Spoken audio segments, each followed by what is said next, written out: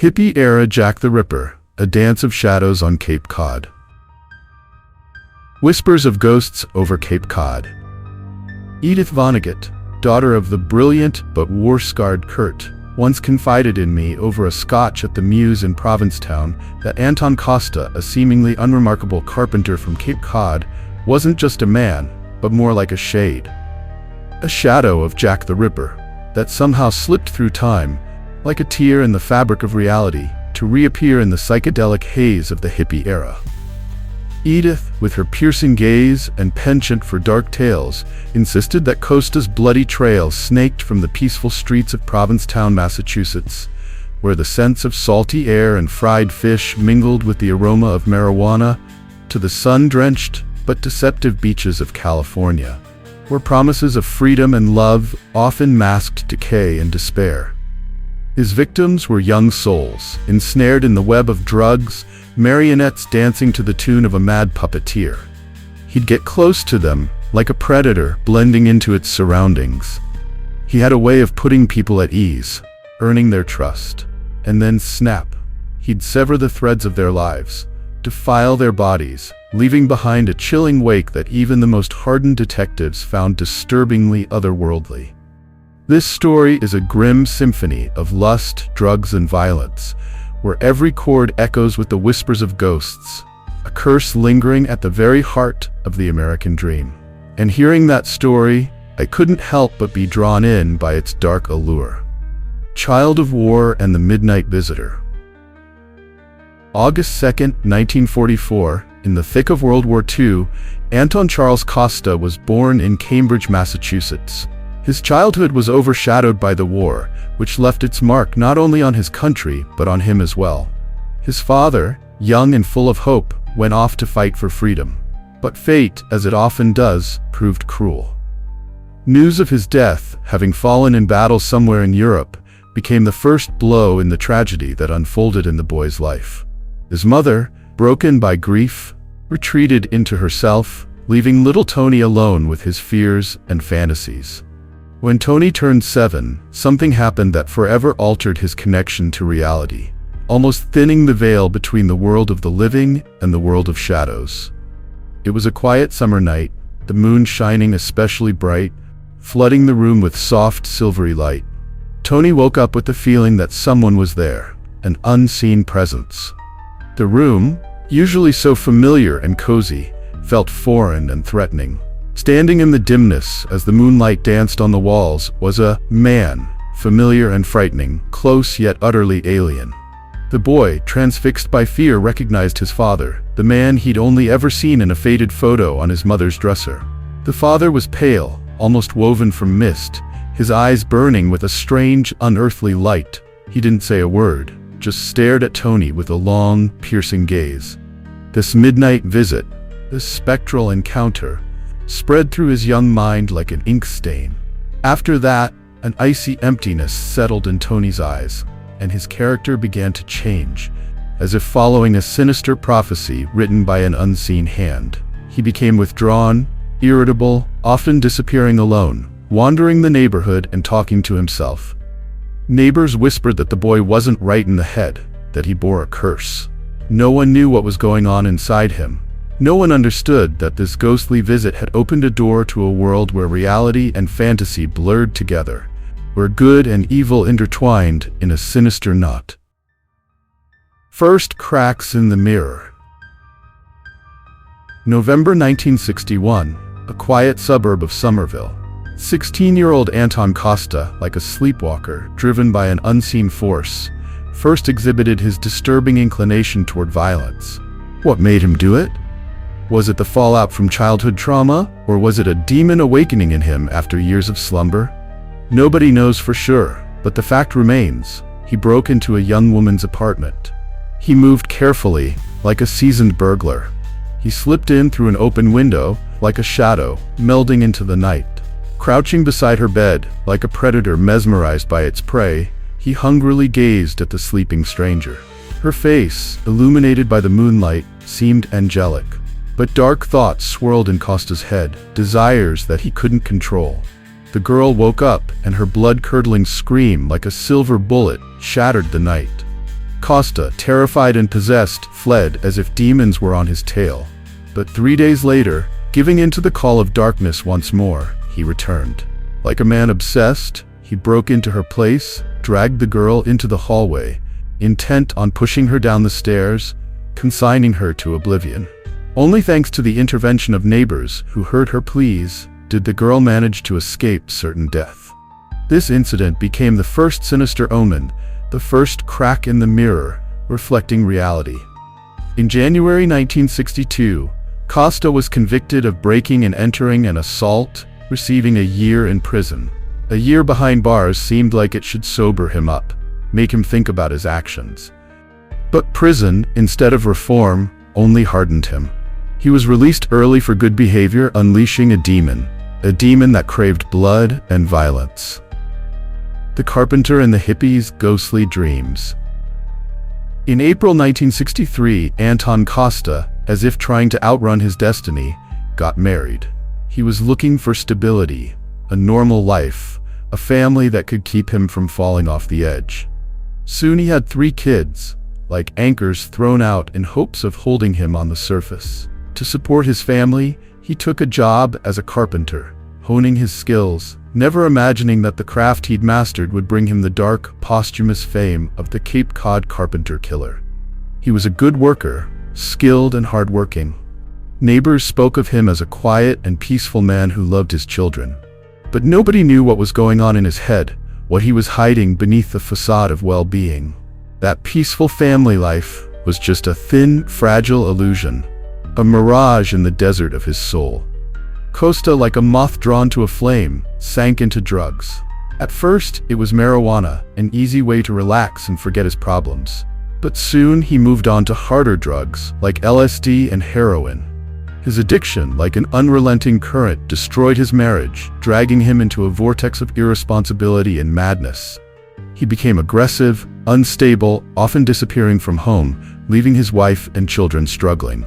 In June 1966, as if bewitched, he brought 2 young hippies, Bonnie Williams and Diane Fedorov, to his house. The girls were young, naive, and full of hope. They were looking for freedom, love, and enlightenment. Costa promised them a fantastic trip to Pennsylvania, and then, together, to seek freedom in California. They believed him, never suspecting that he was leading them into a trap. Later, during interrogations, Costa would spit out the bitter venom that he had driven the girls to Hayward, California, but the investigation would prove the opposite. The girls never made it to sunny California. They vanished without a trace, as if they'd simply disappeared into thin air. Returning home to Massachusetts 10 days later like someone risen from the grave, Costa left behind a veil of dark mystery, a mystery that refused to give up its secret. Bonnie Williams and Diane Fedorov became his first victims, dissolving into the ghostly mist of time, as if they'd never existed. Their names were forgotten, their fates remained unsolved. In August 1967, during an ominous trip to the woods, as if in some ritual place, Costa accidentally shot his friend with an arrow, as if rehearsing for future atrocities. The incident was hushed up, but it became another stroke in the portrait of a man in whom a craftsman and a possessed killer coexisted, like 2 sides of the same coin forged in hell. This showed that Costa was prone to violence, that he didn't control his impulses, that he was capable of terrible things. California Mirage and Stolen Tools of Death. At the beginning of 1968, with his marriage sinking like an old ship, Costa, running from himself, moved to California. He hoped to start a new life, forget the past, get rid of the demons that haunted him. Briefly settling in the bohemian Upper Haight-Ashbury district of San Francisco, he started a relationship with Barbara Spalding. The girl, as if summoned by dark forces, vanished under mysterious circumstances, leaving her defenseless child in the care of relatives. The police, stumped by the silence, suspected that Barbara had become another of Costa's victims, another soul swallowed by his darkness. But proving his guilt was impossible. Returning to Massachusetts, as if reborn, on May 17, 1968, Costa, driven by madness, committed a brazen theft, as if preparing for a ritual. He broke into a medical clinic, stealing surgical instruments and narcotics worth a terrifying $5,000. What did he need these tools for? What was he planning to do with the drugs? These questions tormented the investigators, but there were no answers. A week later, as if under the influence of a fateful curse, 18-year-old Sydney Monson, as if summoned, disappeared from her home in Provincetown. A missing persons report was filed with the police on June 14, 1968, like a sad requiem for a life extinguished. Sydney was a cheerful and beautiful girl. She loved music and dancing. She dreamed of becoming an actress and going to Hollywood. But her dreams were never meant to come true. In August of the same year, Costa, as if hoping to trick fate, got divorced and started living with another girl, Susan Perry. But their life together, like a dream, was interrupted suddenly, like a snapped thread. On September 5, 1968, Susan, as if dissolving into the air, disappeared without a trace. Costa, like an actor playing a false tragedy, explained her disappearance to his friends by saying that they, like two drops of oil, didn't get along, and Susan, disappointed, had left for Mexico, leaving him alone in his nightmare. But nobody bought it. The web of darkness tightens. In mid-September, Costa, as if caught in a trap, was arrested for driving with an expired license, as if foreseeing his impending retribution. He was reckless, like a devil sure of his invulnerability. On September 25, 1968, like a seal marking his destiny, he was arrested for failing to pay child support, like a debt he could never repay. He was held in custody until November 8, 1968. During this time, police were able to gather enough evidence to link him to the disappearance of Sydney Monson and Susan Perry. After his release, like an eternal wanderer, he started living with the hippie Christina Gallant. But their union was doomed from the start. Christina was a drug addict and led a reckless life. On November 23, 1968, Christina, as if a victim of an ancient ritual, was found dead in her New York apartment, drowned in the bathtub from a barbiturate overdose, as if soothed by the sweet dream of death. Police didn't investigate her death, writing it off as an accident. On January 24, 1969, in the Provincetown area, as if conspiring, Patricia Walsh and Marianne Wysocki disappeared. Two more souls stolen by darkness. Patricia was a student and dreamed of becoming a journalist. Marianne was an artist and loved to paint landscapes of Cape Cod. They were friends and always spent time together. Their disappearance caused panic in Provincetown. Bloody relics. On February 8, 1969, Susan Perry's body was found, mangled and defiled, like a desecrated altar. Her body was thrown into the woods, buried in a shallow grave. Soon, police found the bodies of Patricia Walsh and Marianne Wysocki, like a gruesome echo of past tragedies. Marianne's body, like a reverberation of ancient madness, was dismembered into 8 pieces, subjected to decay and decomposition, as if cursed. A month later, in a deep pit, like an entrance to the underworld. Not far from a clearing where Costa, like a sorcerer, grew marijuana, police discovered the head and torso of the murdered Marianne Wysocki, like fragments found in a gruesome puzzle. Soon, the rest of Wysocki's body and the corpse of Patricia Walsh were found, tortured and mutilated, as if they had been in the claws of demons. Their cause of death was gunshots to the head, like shots into the very heart of darkness. Under the girls' bodies, as if a cursed artifact, another dismembered and decomposed body was discovered. Sydney Monson, a victim of a forgotten war. The investigation gained momentum, as if possessed by an unseen force. Police, as if led by ghosts, detained Anton Costa, like a prisoner of his own soul. All 4 women were familiar with him, like a spiderweb, linked to him by threads of fate. Investigators determined that Costa, like a warlock, grew marijuana in a clearing where a sinister silence reigned and where only shadows of the past seemed to dwell. There, Costa, like a tomb builder, built a cache where he hid drugs, like treasures leading into the abyss. Vampire of Cape Cod, a ghostly sensation. Another find, as if part of a sinister scenario, was Patricia Walsh's Volkswagen, abandoned not far from where the bodies were found, like unnecessary props in a play written in blood. Nearby, searchers found a torn cover of the car's operating manual, like a clue left by a demon, which was once in Patricia Walsh's car. The examination, like a seal of fate, showed that the fingerprints on the cover belonged to Anton Costa, as if his destiny was predetermined from the start. District Attorney Edmund Denis's statement, like an echo from hell, caused a real media storm, like a ghost breaking free. He said that the girls' hearts were cut out of their bodies and were not found. Each of the bodies, like a victim of an ancient ritual, was cut into pieces. Denis, like an oracle, also reported that traces of teeth were found on the human remains, like ominous marks. To the reporter's direct question whether these were victims of a vampire from Cape Cod, the prosecutor, as if possessed, nodded affirmatively, and a wave of horror swept across the country. He wanted to be famous, he wanted to be a hero, he wanted to catch a serial killer and save the world. These sensational statements, like a mirage in the desert, did not correspond to reality. The victims' hearts were not removed, although some organs were indeed missing, as if stolen by an unseen hand. Nevertheless, Denis managed to turn an ordinary investigation into a national sensation, as if creating a monster out of ashes and fear. Journalists and tourists from all over the country, like a flock of crows, flocked to Cape Cod, attracted by the smell of blood and mystery. The garden, where Costa, like a black magician, grew marijuana, became a place of pilgrimage for the curious, like a portal to another world where only nightmares and fear dwelled. Adventurers, as if possessed by mania, hoped to find other graves or parts of human bodies, like relics bringing a curse. Rumors of a satanic cult, like sinister whispers spread by locals, further fueled interest in the investigation, as if bringing a curse upon this land.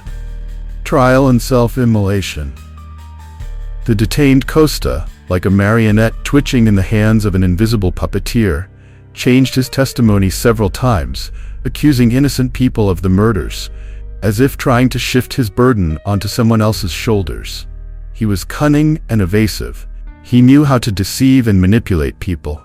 He repeatedly failed lie detector tests, as if betrayed by his own subconscious. The first psychiatric examination, like a mirror, reflected a schizoid personality disorder in him, like a stamp of madness imposed by fate itself. A second examination, like a prophecy, called Costa a modern Marquis de Sade and a sexually dangerous person capable of murder, as if confirming his belonging to the world of darkness. On June 12, 1969, Costa, like someone condemned to eternal torment, appeared in court, where he was to decide his fate. The trial was long and grueling. The lawyer, as if fighting windmills, tried to portray him as a psychopath, but the accused, as if rising from hell, thwarted his carefully laid plan. In his closing argument, Costa, like an orator inspired by demons, delivered a convincing speech that convinced the jurors that he was a murderer, but fully sane, as if acknowledging his responsibility for what he had done. He wanted to be tried, he wanted to be punished. On May 29, 1970, he was sentenced to life imprisonment and sent to the Walpole Correctional Institution, as if forever locked in a cage from which there was no escape. In prison, Costa, like a monk preparing for a black mass, began to collect books on occult and ritual spells, including Anton LaVey's Satanic Bible. As if preparing for a final ritual, he studied demonology, black magic, and Satanism. 4 years later, on May 12, 1974, he was found hanging in his cell from a leather belt, as if atoning for his guilt with blood. His death was ruled a suicide, like the last chapter in a book written by darkness. He was only 29 years old, as if a life cut short in its prime, carried away by a whirlwind of madness and violence. A shadow that doesn't leave Cape Cod. The truth about this investigation is still hidden behind a veil of mystery, like a ghost ship drifting in the ocean of time. Costa, even after death, as if unwilling to leave this world, claimed that he never confessed to the murders, as if trying to preserve at least a drop of honor in his blood-stained past. In prison, as if possessed, he wrote the book Resurrection, in which, like Pilate washing his hands, he placed responsibility for the murders on Carl, his friend, as if trying to escape from himself. According to Costa, Carl, like a demon in the flesh, killed Marianne Wysocki and Patricia Walsh in the Truro forest, and Susan Perry and Sidney Monson, as if doomed, died of drug overdoses. The corpses were dismembered after death, like desecrated remains of fallen heroes. Costa claimed that he had nothing to do with their deaths, other than knowing about it, like a spectator watching a bloody drama unfolding on the stage of his mad life. Anton Costa was buried in an unmarked grave in Provincetown, next to his mother's grave, as if returning to the origins of his nightmare. Some, as if still not believing in his guilt, believe that the real killer was never caught, like a shadow that escaped justice. Many residents of Cape Cod, once close to Costa, as if trying to justify him, considered him more of a thug than a serial killer, as if striving to see at least a spark of light in the utter darkness. But there are those who believe that he killed at least 24 women on the West Coast before committing the murders in the Truro forest, as if his bloodlust was insatiable. His name became synonymous with evil and madness. The story of Anton Costa, like a nightmare that continues to haunt the dreams of the residents of Cape Cod, remains a sinister echo of the hippie era, reminding us that behind the facade of freedom and love can lurk the darkest abyss of the human soul, waiting for its moment to break free. And to this day, when you wander through the Truro forest on a moonlit night, it feels like you hear the whispers of ghosts, feel the cold breath of death, feel the presence of Anton Costa, the hippie-era Jack the Ripper, the eternal prisoner of Cape Cod.